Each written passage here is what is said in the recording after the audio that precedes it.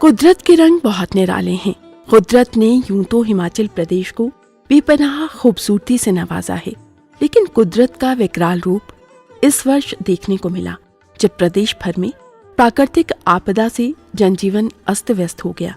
कई घर टूट गए, सड़कें व पुल कई जगह बाधित हुए, अनेक जगह टूट भी गए, बिजली की आपूर्ति ठप हो गई और पेयजल योजनाएं बुरी तरह प्रभावित हुईं।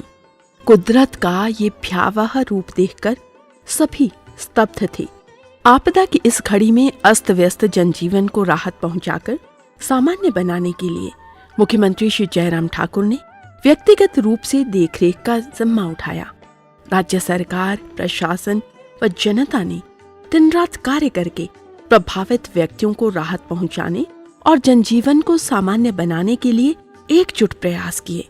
13 जून को हिमाचल में मॉनसून दाखिल हुआ था और 8 अक्टूबर को विदा हो गया। 13 जुलाई 2021 को मात्र 24 घंटों में 35.3 मिलीमीटर वर्षा हुई, जो एक दिन की सामान्य वर्षा से 284% अधिक थी। 19 जुलाई को ही प्रदेश भर में 36.4 मिलीमीटर वर्षा हुई, जिसमें कांगड़ा जिला में सर्वाधिक वर्षा हुई 122 मिलीमीटर, जो किसी एक दिन की सामान्य वर्षा से 250% अधिक थी। वर्षा की वजह से प्रदेश भर में जान माल का भारी नुकसान हुआ। इस मौसम के दौरान प्रदेश में 686.4 मिलीमीटर वर्षा दर्ज की गई, जो सामान्य से 10% कम है। भारी बारिश की वजह से 87 स्थानों पर भूस्खलन हो गया। कई राजमार्गों पर यातायात भी बाधित रहा। इससे राज्य की अर्थव्यवस्था पर अप्रत्यक्ष रूप से विपरीत प्रभाव पड़ा, क्योंकि इसी समय सेब का सीजन भी अपने चरम पर था। बदलता मौसम का रुख, कहीं अधिक वर्षा तो कहीं वर्षा का अभाव, जगह जगह भूस्खलन, यातायात की समस्या, बाढ़ जैसे हालात और अनेक जगह मुश्किल में फंसे जीवन, इन सभी को पटरी पर लाने के लिए राज्य सरकार के सभी विभाग तत्परता से कार्य करते रहे। मलबे से बाधित सैकड़ों किलोमीटर लंबी सड़कों को यातायात के लिए सुचारू बनाया गया। ऐसी परिस्थिति में कई स्थानों पर नई जगह को काटकर व खोदकर, कलवर्ट बिछाकर और छोटे छोटे पुल बनाकर वाहनों की आवाजाही के लिए नई सड़कें भी बनाई गई।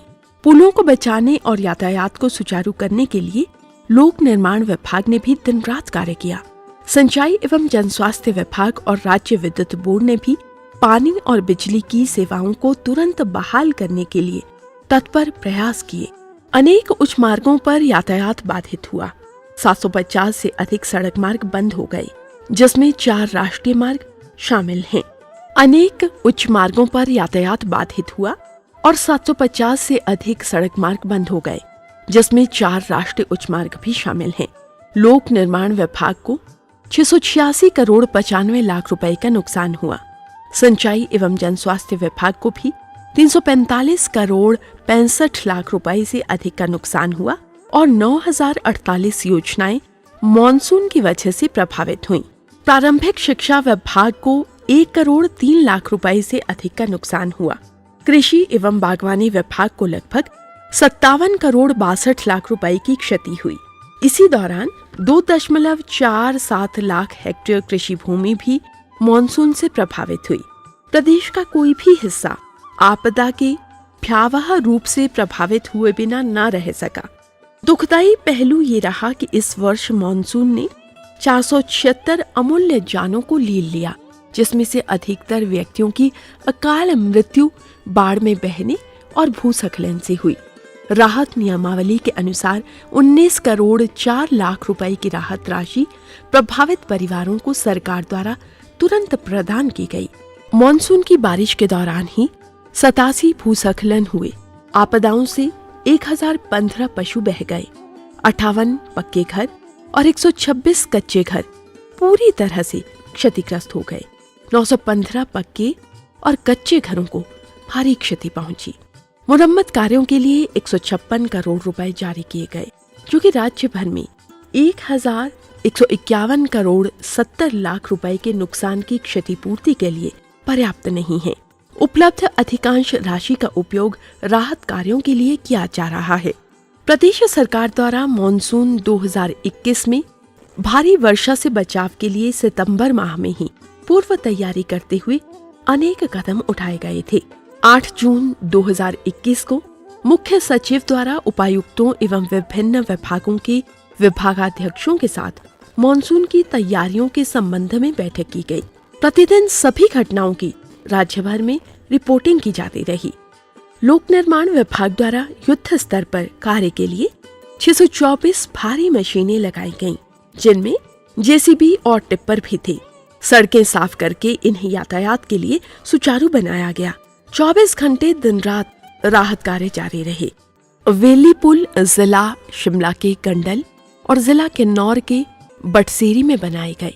सिंचाई एवं जनस्वास्थ्य विभाग एवं विद्युत बोर्ड ने दिन रात काम करके जल एवं विद्युत सेवाएं बहाल रखीं। जिला प्रशासन द्वारा मानव जीवन बचाने के लिए उत्कृष्ट प्रयास किए गए। जिला कांगड़ा के शाहपुर उपमंडल के बोह गांव में 12 जुलाई 2021 को भूस्खलन हुआ। फलस्वरूप गांव में बहुत नुकसान हुआ। अनेक घर बह गए, 11 घर क्षतिग्रस्त हुए। इस आपदा के फलस्वरूप 10 लोगों की मृत्यु हुई और 5 घायल हुए, जिसमें राजस्व, एनडीआरएफ, होमगार्ड, पुलिस, स्वास्थ्य विभाग और लोक निर्माण विभाग द्वारा 7 दिन तक बचाव अभियान चलाया गया। प्रदेश के मुख्यमंत्री ने भी घटना स्थल का दौरा कर प्रभावित परिवारों को 3,10,000 रुपए की सहायता राशि मौके पर ही प्रदान की। इसके अतिरिक्त उनके रहने खाने पीने की व्यवस्था भी की गई। जिला लाहौल स्पीति के उपमंडल केलंग और उदयपुर में अचानक आई बाढ़ के कारण 12 घटनाएं हुई, जिसके कारण तोंजिंग नाला में जल के बहुत अधिक प्रवाह के कारण 8 लोगों की जानें गईं, 2 श्रमिक लापता हो गए, 1 जेसीबी, 1 मालवाहक वाहन और 2 श्रमिक घायल हुए।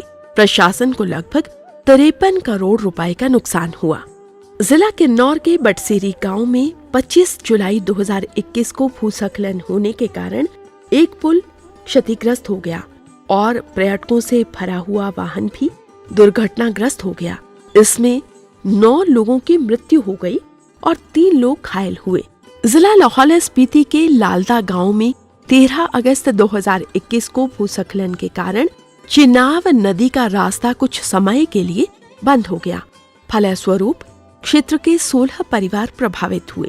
इनके 4 कच्चे और पक्के घर, 5 गौशाला, 30 बीघा कृषि भूमि क्षतिग्रस्त हो गई, जिससे किसानों को 52 लाख रुपए का नुकसान हुआ। जिला किन्नौर के थाचा नाला के नजदीक न्यू गलसेरी में 11 अगस्त 2021 को पहाड़ियों से पत्थर गिरने से भूस्खलन हुआ। हिमाचल पथ परिवहन निगम की 1 बस, 2 कार, 1 टाटा सूमो और 1 ट्रक लापता हो गए। फलस्वरूप 28 लोगों की जान चली गई। बचाव के दौरान 13 लोगों को सुरक्षित बचा लिया गया। कुदरत के कहर से अमूल्य जान और माल को बचाने के लिए सतत ईमानदार प्रयास मॉनसून के मौसम में भी जारी रही। विभिन्न माध्यमों से प्राप्त राहत राशि वास्तव में राहत और बचाव कार्यों के लिए अपर्याप्त है। प्राचीन ग्रंथों में, वेदों में प्रकृति प्रेम का संदेश दिया गया है।